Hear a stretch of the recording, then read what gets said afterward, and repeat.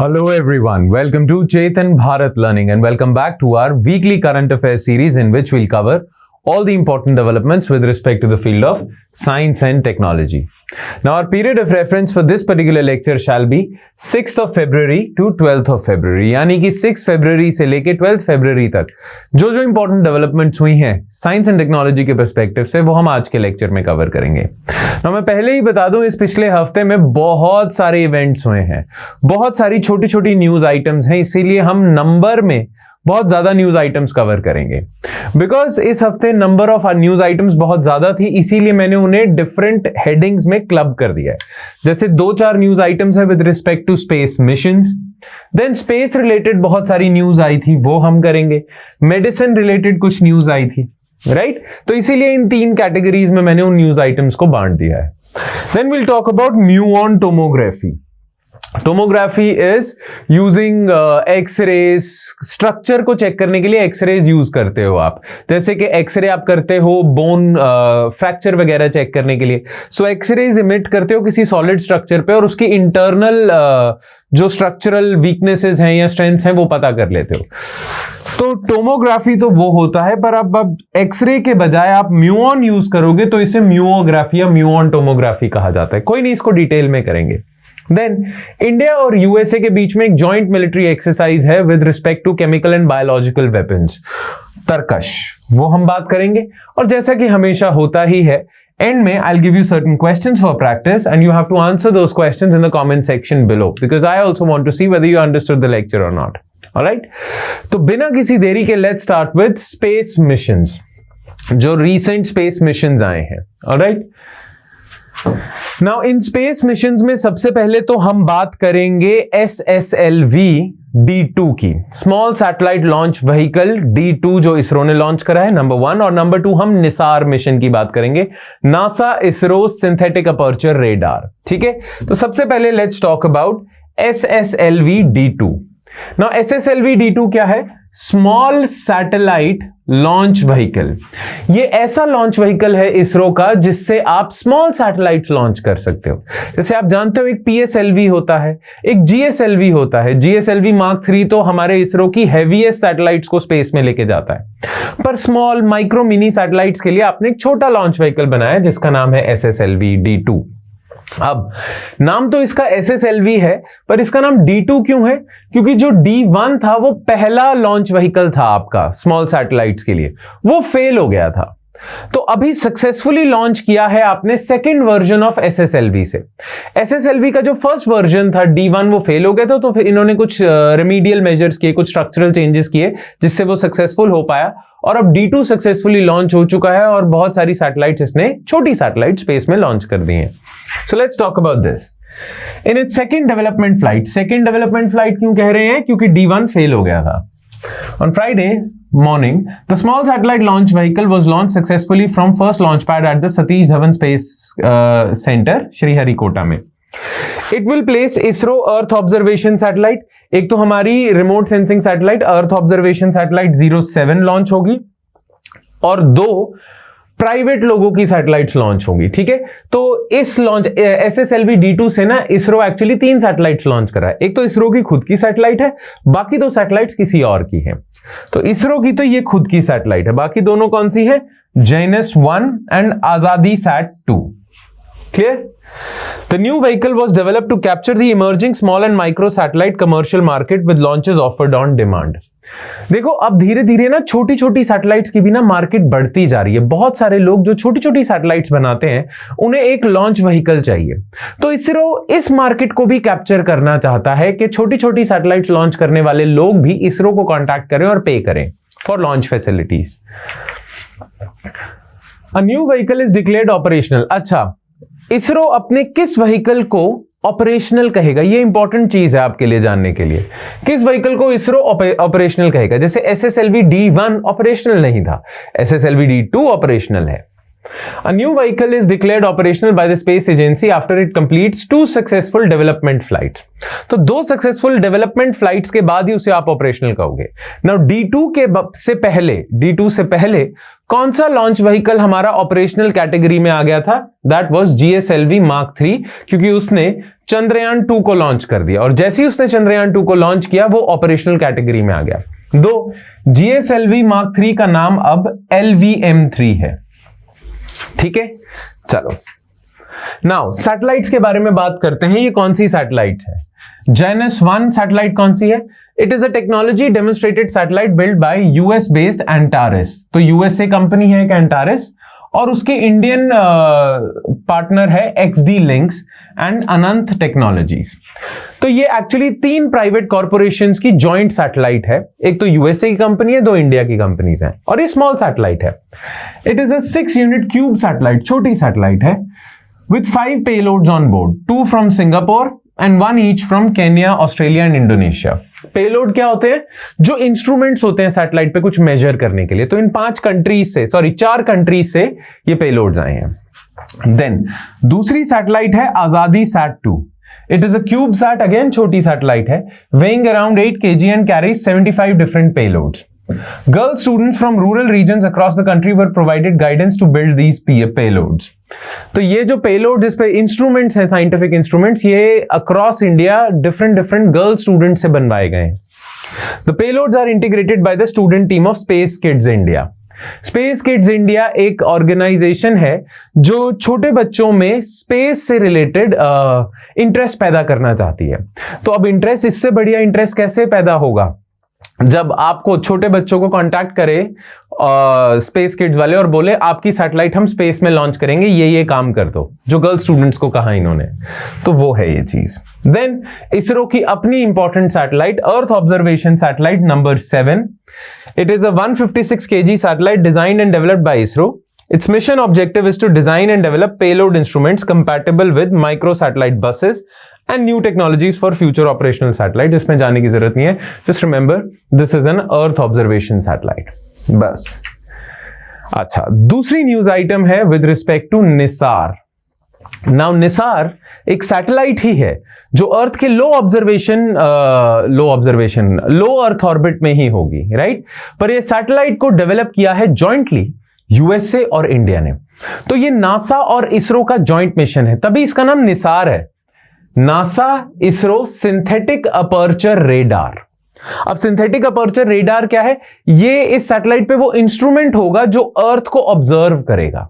Now ये जो instrument है ये रेडियो वेव्स इमिट करेगा और वो रेडियो वेव्स जैसे ही रिफ्लेक्ट होके आएंगी वापस, उससे आइडिया लगाया जाएगा कि अर्थ का सरफेस कैसा है, राइट?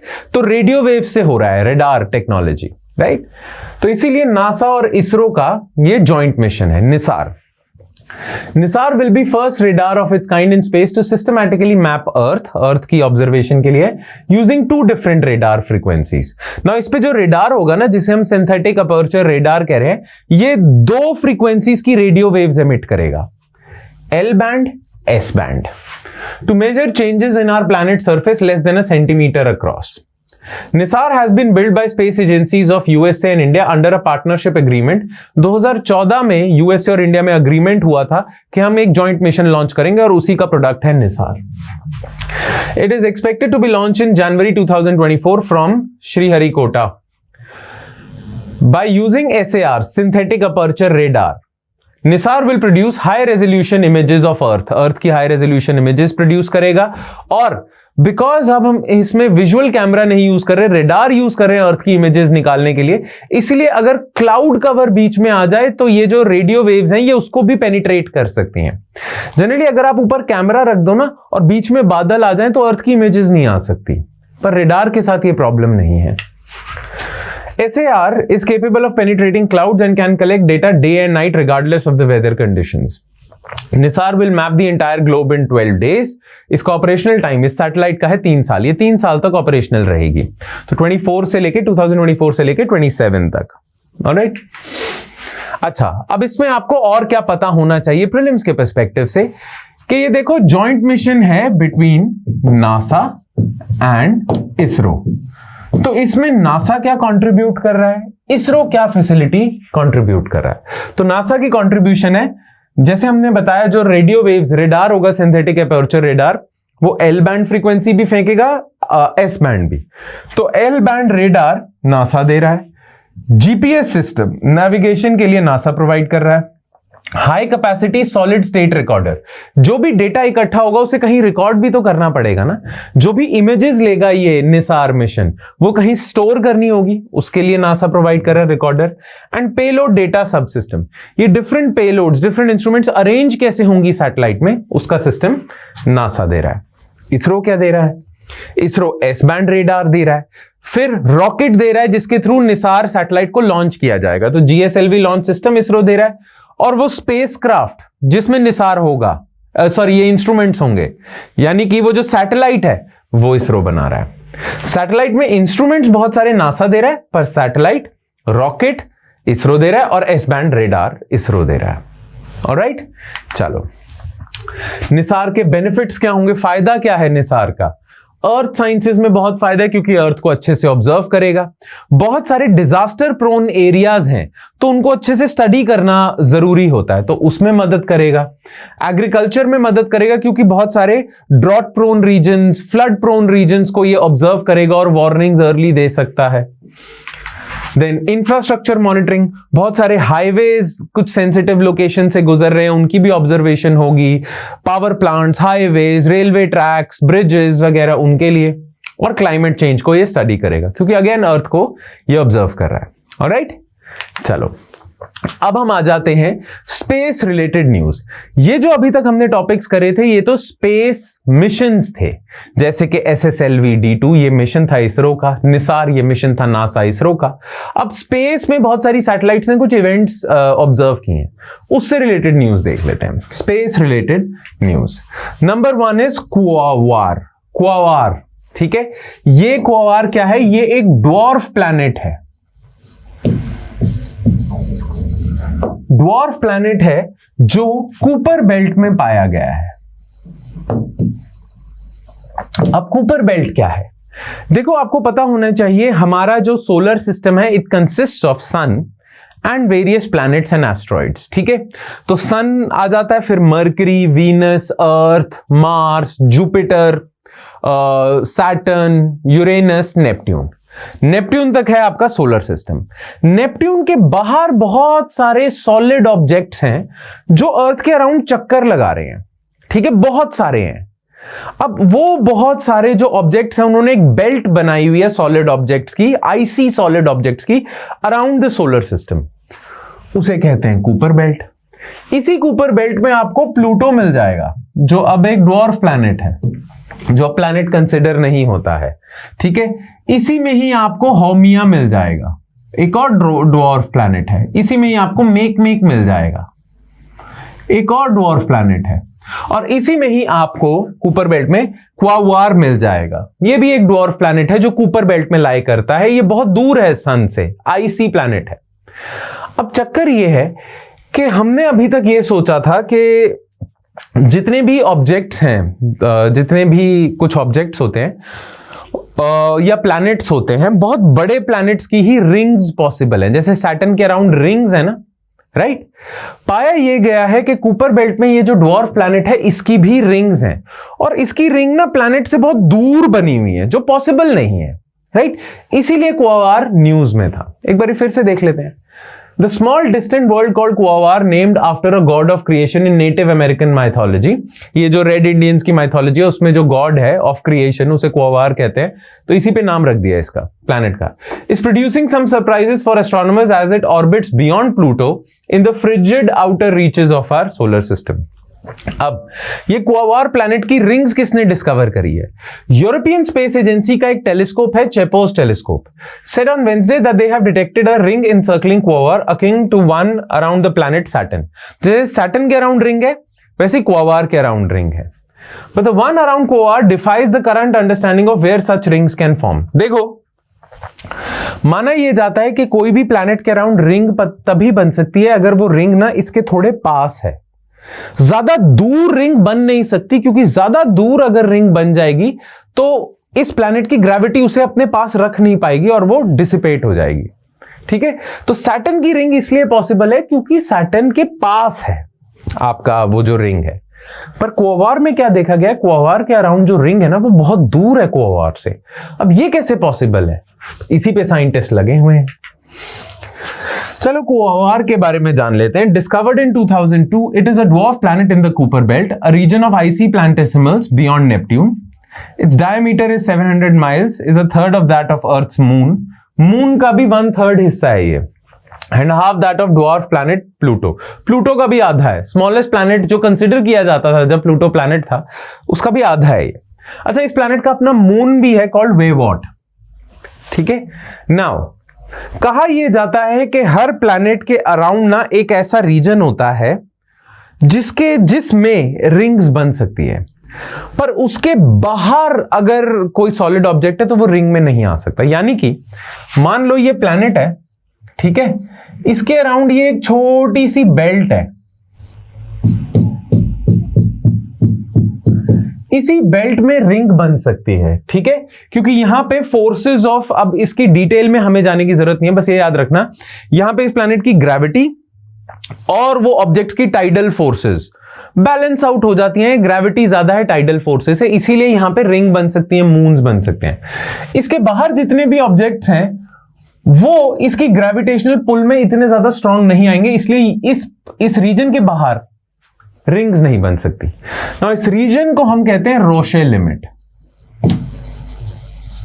ठीक है, जितने भी प्लैनेट्स हैं, एस्ट्रॉइड्स हैं जिनके पास रिंग्स हैं, सब रोशे लिमिट में लाई करते हैं।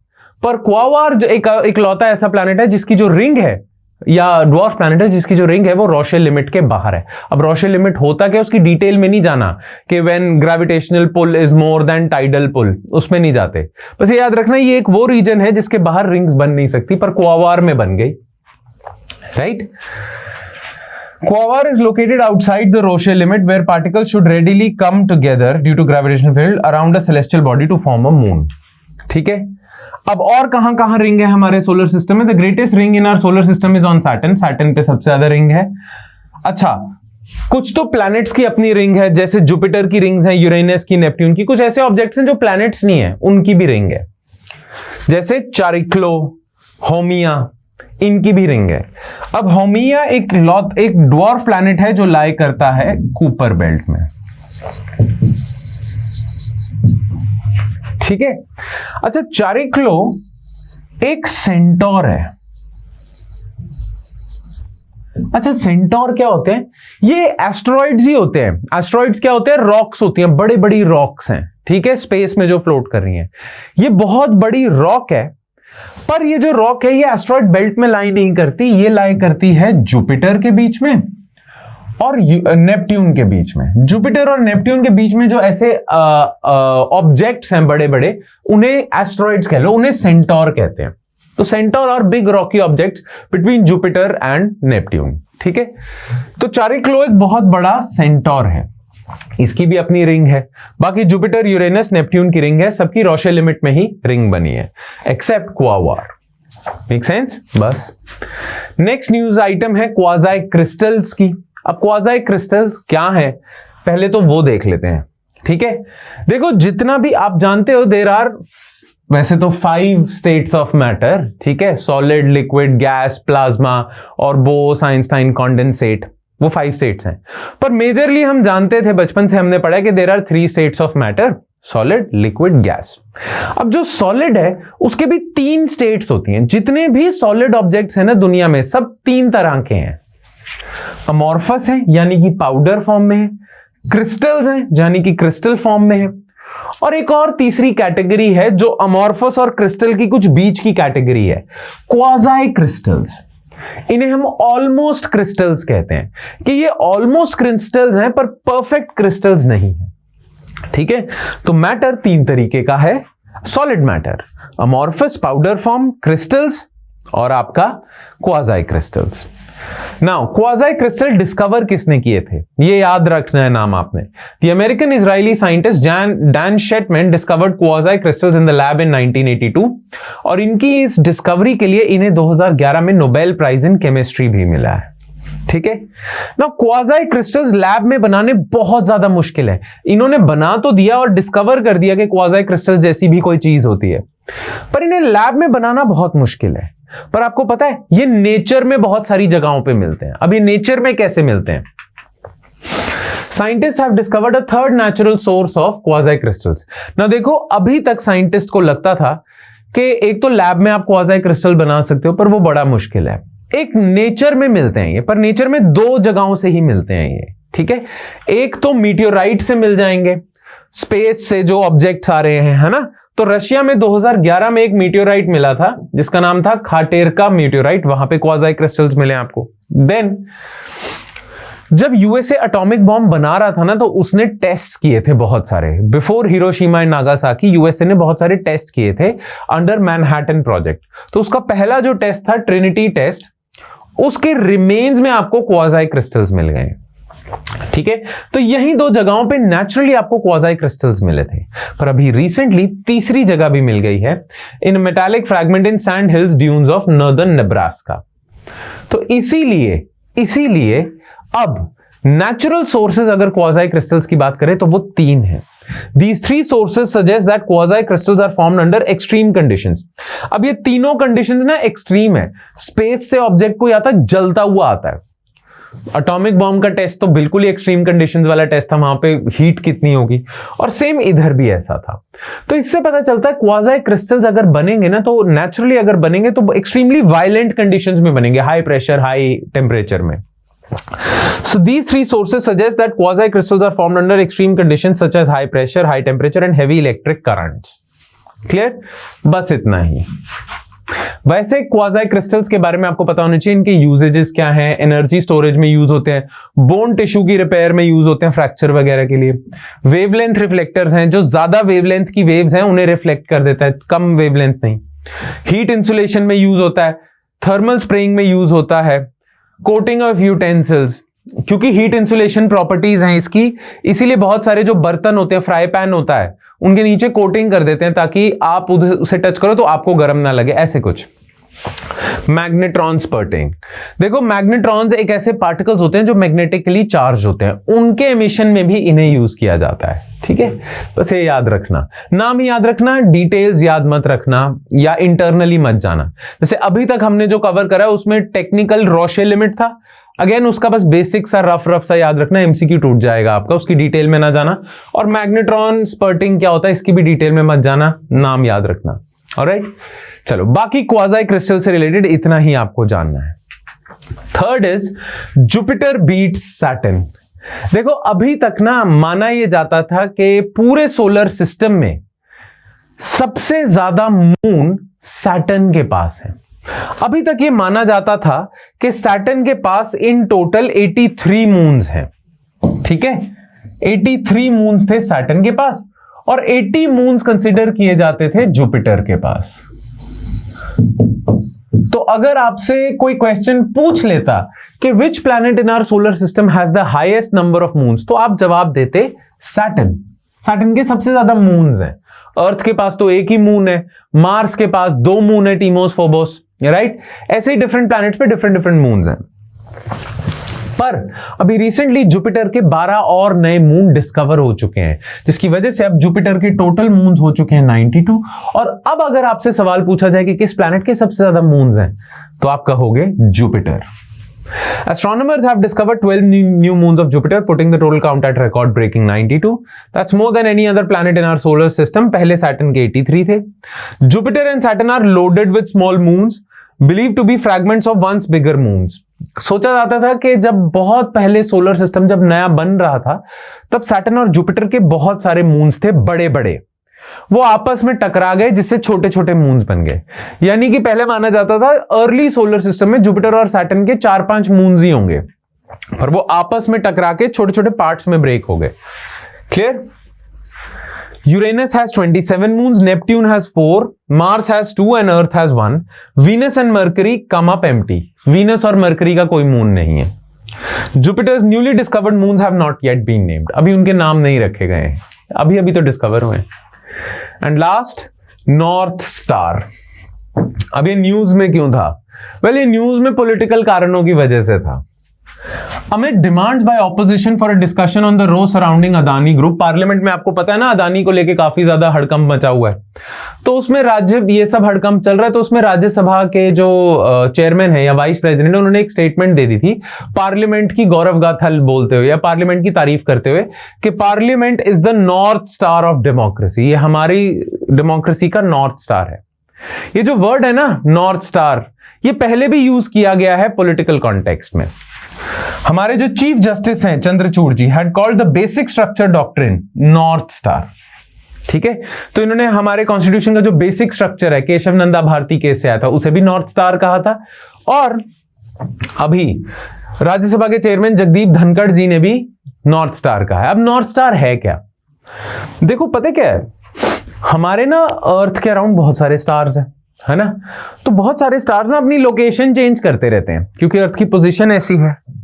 अब एक स्टार ऐसा एग्जिस्ट करता है, जैसे अर्थ अगर ये है ना, आप जानते हो अर्थ थोड़ी टिल्टेड है ना, तो ये अर्थ की एक्सिस है, नॉर्थ हो गया, ये साउथ हो गया। बहुत सारे स्टार्स हैं, अर्थ रोटेट भी करती है, रिवॉल्व भी करती है, इसी वजह से स्टार्स की पोजीशन चेंज होती रहती है, एक रात में ही चेंज हो जाती है। पर एक स्टार है जो यहां कहीं लाई करता है, ठीक है।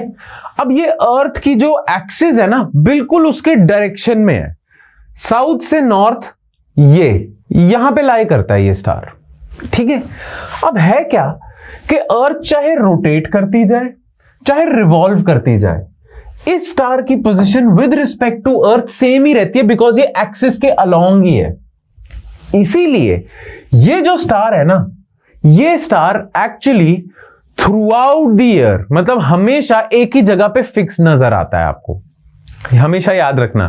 ये जो स्टार है ना, ये एक ही जगह पे आपको फिक्स नजर आएगा, इसकी पोजीशन चेंज नहीं होगी, बिकॉज अर्थ के एक्सिस के अराउंड ही इसकी पोजीशन है, बिल्कुल उसी लाइन में है। बाकी सारे स्टार यहां होंगे कहीं, ठीक है, तो अर्थ डायरेक्शन चेंज कर देगी, रिवॉल्व करेगी, रोटेट करेगी, इसकी पोजीशन चेंज होती जाएगी, पर इसकी पोजीशन कभी चेंज नहीं होती। और आप देख सकते हो कोई भी इंसान अर्थ पे बैठा है, उसको ये स्टार हमेशा नॉर्थ में ही दिखेगा, क्योंकि ये साउथ से नॉर्थ जाती हुई एक्सिस की लाइन में ही है। तो ये जो स्टार है, ये बहुत ब्राइट स्टार है और ये हमेशा नॉर्थ डायरेक्शन में ही दिखता है और वहीं फिक्स्ड रहता है, इसीलिए इसका नाम रखा है नॉर्थ स्टार।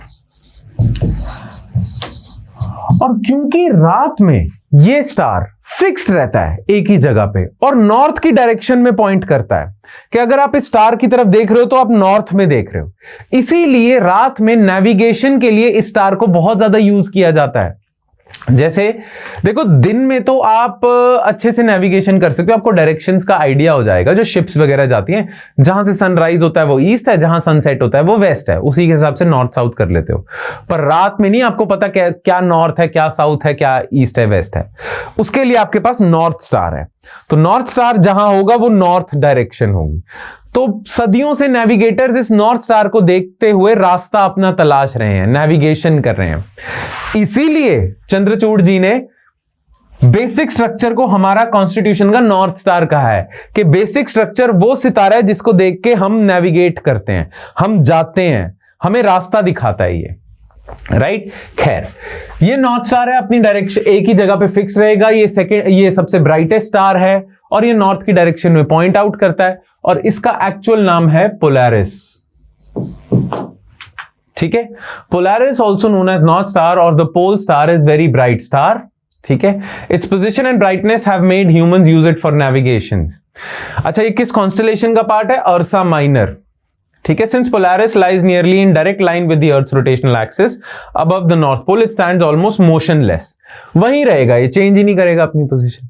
इसीलिए इसे यूज किया है कि देखो, पार्लियामेंट हमारी डेमोक्रेसी का नॉर्थ स्टार है, बिना पार्लियामेंट के डेमोक्रेसी कहीं नहीं जा सकती, बेसिक स्ट्रक्चर के बिना कॉन्स्टिट्यूशन कहीं नहीं जा सकता, इसीलिए यूज हुआ है। खैर, कुछ और डिटेल्स नॉर्थ स्टार से रिलेटेड, दैट्स इट। ओके, चलो let's shift tactics, our tone of the lecture. अभी तक स्पेस के बारे में बात कर रहे थे, अब हम आ जाते हैं मेडिसिन रिलेटेड न्यूज में। अब इसमें हम दो न्यूज आइटम्स ही कवर करेंगे, एक कार टी सेल थेरेपी और पैंडेमिक ट्रीटिंग। तो सबसे पहले CAR T cell therapy for cancer. अब क्या है ये? देखो, पहली बात तो आपको पता होना चाहिए कैंसर क्या होता है। देखो आपकी बॉडी में बहुत सारे टिश्यूज हैं, उनमें बहुत सारे सेल्स हैं, ठीक है।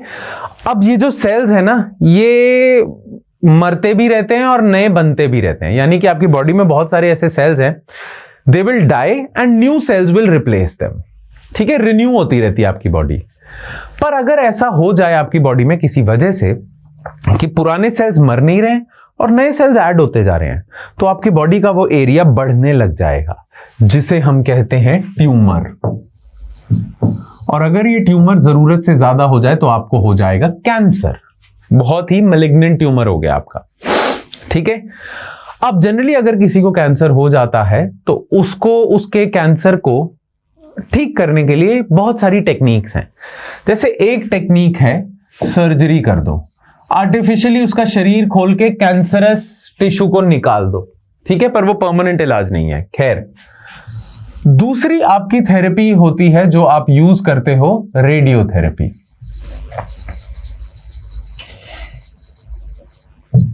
ठीक है, रेडियोथेरेपी में क्या होता है, आप ना रेडिएशंस फेंकते हो, आयन, हाईली चार्ज आयनिक पार्टिकल्स फेंकते हो, उससे कैंसरस सेल्स मर जाते हैं, ठीक है। पर उसके साइड इफेक्ट्स भी होते हैं क्योंकि नॉर्मल सेल्स भी डिस्ट्रॉय होते हैं, तो आपको बहुत साइड इफेक्ट्स होते हैं। खैर, ये रेडियोथेरेपी है, बहुत सारे साइड इफेक्ट्स हैं, इसके भी साइड इफेक्ट्स हैं, इसके भी साइड इफेक्ट्स हैं।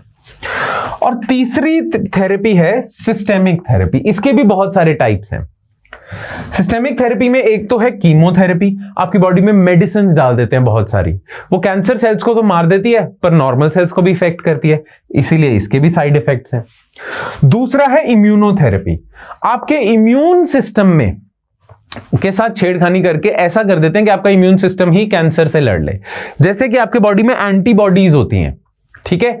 अब कुछ एंटीबॉडीज को आप प्रोग्राम करके इंट्रोड्यूस कर दो दोबारा बॉडी में, तो वो कैंसर सेल्स को अटैक करेगी, इसे इम्यून थेरेपी कहते हैं। और तीसरी है जो एक तरह से इम्यूनोथेरेपी है, कार टी सेल थेरेपी। अब आपका जो इम्यून सिस्टम है उसमें एक तरह के सेल्स होते हैं, टी सेल्स। आप क्या करते हो, जनरली जिसको कैंसर है उसकी बॉडी से टी सेल्स निकालते हो, उन टी सेल्स में ये भर देते हो, CAR भरने से ये टी सेल्स अब बन जाएंगे कार टी सेल्स। और कार टी सेल्स की खास बात क्या है कि ये आइडेंटिफाई करेंगे कैंसरस सेल्स को। तो पहले टी सेल्स कैंसरस सेल्स को आइडेंटिफाई नहीं कर रहे थे, जब आपने इसमें कार प्रोटीन डाल दिया, अब वो कैंसरस सेल्स को आइडेंटिफाई करेंगे और अटैक करेंगे। तो अब आप क्या करते हो, टी सेल बॉडी से निकालते हो, उसमें कार भर देते हो, उसकी मल्टीपल कॉपीज करते हो, बहुत सारे मल्टीप्लिकेशन करते हो सेल्स की, और बॉडी में दोबारा इंट्रोड्यूस कर देते हो। इससे क्या होता है, इससे आपका कैंसर क्योर हो जाता है, क्योंकि अब ये नए टी सेल्स जो आए हैं ये कैंसर को डिस्ट्रॉय कर देंगे, कैंसरस सेल्स को। इसे कार टी सेल थेरेपी कहते हैं। बस, इसके बहुत सारे फायदे हैं। कीमोथेरेपी, इम्यूनोथेरेपी में फॉरेन ऑब्जेक्ट्स आप डालते हो, बहुत सारे साइड इफेक्ट्स होते हैं, इसके साइड इफेक्ट्स नहीं है, पर हाँ बहुत फायदे हैं कार टी सेल थेरेपी के। और ये सर्जरी से बेटर है, रेडियोथेरेपी से बेटर है, कीमोथेरेपी, इम्यूनोथेरेपी सबसे बेटर है, क्योंकि सबके साइड इफेक्ट्स हैं, कार टी सेल के साइड इफेक्ट्स नहीं है। पर फिर भी कार टी सेल्स के कुछ डिसएडवांटेजेस हैं। एक तो ये महंगी बहुत है, इसमें हाई लेवल का डॉक्टर चाहिए, स्किल लेवल चाहिए, और अभी तक हमारे पास लॉन्ग टर्म का डेटा नहीं है कि कार टी सेल थेरेपी कितनी सही जाती है। अभी तक जितने लोगों को क्योर करा है अच्छे से क्योर हुए हैं, पर अभी भी ये टेक्नोलॉजी न्यू है ना, अभी तो अभी एस्टैब्लिश होने में टाइम लगेगा। तो बस यही है, ठीक है।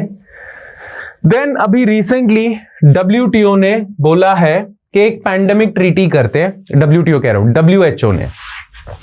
तो WHO ने बोला है सारी कंट्रीज मिलकर एक ट्रीटी करते हैं जिसे हम पैंडेमिक ट्रीटी कहेंगे, ताकि कल को दोबारा एक ऐसा पैंडेमिक आ जाए तो सारे देश अब रेडी हैं ना। उस पैंडेमिक ट्रीटी का ना ड्राफ्ट रिलीज करा इन्होंने, जिसको ये जीरो ड्राफ्ट कह रहे हैं, और वो जीरो ड्राफ्ट रिलीज करा है, और अगर सारे इस पे खुश होंगे तो सारे इस ड्राफ्ट को साइन कर देंगे और ये ट्रीटी आ जाएगी, एनफोर्स हो जाएगी। Clear? Recently, WHO has published zero draft of the pandemic treaty, aiming to bring in global and national level pandemic preparedness. ये important है. The treaty aims to address the challenges posed by pandemic and other global health emergencies. The zero draft of the pandemic treaty was established based on recognizing the catastrophic failure of the international community. जब Covid आया था तो सब अच्छे से मिलजुल के काम नहीं कर पाए थे, तो इसीलिए पहले से प्रिपेयर्ड रहो, ठीक है। अब इसके प्रिंसिपल्स क्या हैं पैंडेमिक ट्रीटी के, वो आप नोट्स में से खुद ही पढ़ना है आपने, कुछ भी नहीं है। ग्लोबल कोऑपरेशन के लिए सिस्टम बनाना है, हेल्थ सिस्टम्स हर कंट्री के सही करने हैं, जेंडर डिस्पैरिटीज जहां जहां हो रही है उन्हें सॉल्व करना है, रिसर्च एंड डेवलपमेंट में पहले से ही इन्वेस्टमेंट बहुत ज्यादा करनी है, नहीं तो पिछली बार की तरह वैक्सीन में जैसे टाइम लग गया था, ड्रग्स में टाइम लग गया था, वो ना हो। ट्रांसपेरेंसी रखनी है, जैसे आज भी डिबेट है कि चाइना में हुआ है, किस वजह से हुआ है, कोविड वगैरह, वो नहीं होना चाहिए। और pathogen access and benefit sharing system, ठीक है, कोई भी कंट्री अगर नई टेक्नोलॉजी कोई बनाती है तो उसके बेनिफिट सबके साथ शेयर हो। कोई भी कंट्री नई वैक्सीन बनाती है तो अगर पैंडेमिक आ जाए तो उस वैक्सीन के टेक्नोलॉजी शेयर हो जाए ताकि बाकी सबको फायदा हो। तो ये चीजें हैं, प्रिंसिपल्स हैं बस। खैर, अब हम आ जाते हैं म्यूऑन टोमोग्राफी पे, ठीक है। तो बेसिकली ये न्यूज में क्यों था? As per a new study, researchers are examining the fortress wall of Xi'an. देखो, एक ना फोर्ट है Xi'an सिटी में, एंशिएंट, तो वो वॉल उसकी बड़ी थिक है, तो उस वॉल के अंदर क्या क्या है उसको देखने के लिए आप यूज कर रहे हो टोमोग्राफी। अब टोमोग्राफी क्या होता है? जैसे हमारी बॉडी के अंदर देखने के लिए आप सीटी स्कैन करते हो, आप एक्सरे करते हो, राइट? वैसे बिल्डिंग्स के अंदर, वॉल्ड बिल्डिंग्स के अंदर देखने के लिए आप टोमोग्राफी करते हो, ठीक है। उसके लिए आप एक्सरे यूज नहीं कर सकते क्योंकि बिल्डिंग बहुत बड़ी है। तो इसके लिए साइंटिस्ट ने बोला है कि हम डिफरेंट टाइप के पार्टिकल्स को यूज करेंगे टोमोग्राफी के लिए, और वो पार्टिकल्स स्पेस में पाए जाते हैं, उन पार्टिकल्स को हम कहते हैं म्यूऑन्स, ठीक है। अब ये स्टडी पब्लिश करी थी चाइनीज जर्नल में, तो वही है। अब म्यूऑन्स क्या है आपको पता होना चाहिए। म्यूऑन्स आर सब atomic particles raining from space. ये स्पेस से अर्थ पे आते हैं। They are created when the particles in the Earth's atmosphere collide with cosmic rays, clusters of high energy particles that move through space at just below the speed of light. According to Scientific American magazine, about 10,000 muons reach every square meter of Earth's surface a minute. तो हमारे पास म्यूऑन्स की कमी नहीं है, उनको capture करो और tomography में यूज करो, ठीक है। अब म्यूयोग्राफी, अच्छा, टोमोग्राफी क्या होती है ये बस पता होना चाहिए। टोमोग्राफी होती है जब आप सब एटॉमिक पार्टिकल्स या रेज, इलेक्ट्रोमैग्नेटिक रेडिएशंस को यूज करके किसी स्ट्रक्चर के इंटरनल स्ट्रक्चर को स्टडी करते हो। जैसे बिल्डिंग हो गई, अर्थ का इंटरनल स्ट्रक्चर हो गया, ह्यूमन बॉडी हो गई, उसे टोमोग्राफी कहेंगे, क्योंकि ये जो रेडिएशंस हैं या पार्टिकल्स हैं ये पेनिट्रेट कर सकते हैं सरफेस के अंदर। अच्छा, म्यूऑन्स क्या होते हैं? सब एटॉमिक पार्टिकल्स। तो जब आप म्यूऑन्स को यूज करके टोमोग्राफी करते हो तो इसे या तो हम कहते हैं म्यूऑन टोमोग्राफी या म्यूयोग्राफी, ठीक है। तो म्यूयोग्राफी के एप्लीकेशंस क्या है? आर्कियोलॉजी। अगेन, आर्कियोलॉजी में क्या होता है, कई चीजें होती हैं जो अर्थ के अंदर दबी हुई हैं आज, उनको स्टडी करना है तो उसके लिए यूज होगा। फिर CORMES cosmic ray muon imaging system, यही सिस्टम को यूज कर रहे हैं ज़ियान सिटी की फोर्ट वॉल को स्टडी करने के लिए। It is used in custom security, हाँ, बैग्स में चेक करने के लिए क्या भरा हुआ है, क्योंकि पेनिट्रेट कर सकता है ना स्ट्रक्चर, तो बैग्स में, hand bag, security bag, luggage के अंदर देखना है, उसमें यूज होता है। वोल्केनोस के अंदर देख सकते हो, इमेजेस बना सकते हो उसके लिए कि वोल्केनोस अंदर से कैसे दिखते हो। अब अंदर कोई कैमरा लेके तो जा नहीं सकता, तो टोमोग्राफी के थ्रू आप वोल्केनो का इंटरनल स्ट्रक्चर देख सकते हो। And last news item is Tarkash. अब तरकश क्या है देख लेते हैं। It is an ongoing Indo-US joint exercise by the National Security Guard and US Special Operation Forces has for the first time included chemical, biological, radiological and nuclear terror response in its drill. देखो, अब terrorist के पास chemical weapons आ गए हैं, biological weapons आ गए हैं, radiological, radiation वाले weapon आ चुके हैं, और छोटे मोटे न्यूक्लियर वेपन भी आ सकते हैं। तो इसीलिए जो सिक्योरिटी फोर्सेस हैं वो कैसे रेडी रह सकती हैं against CBRN type of weapons, उसके लिए जॉइंट एक्सरसाइज है तरकश।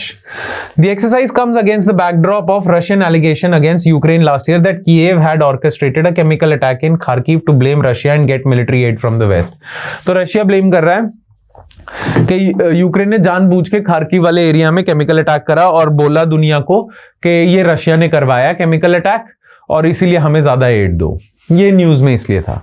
CBRN weapons which are also classified as weapons of mass destruction, ये याद रखना, यूएसए CBRN weapons को कहता है weapons of mass destruction। इसमें क्या क्या आ जाते हैं?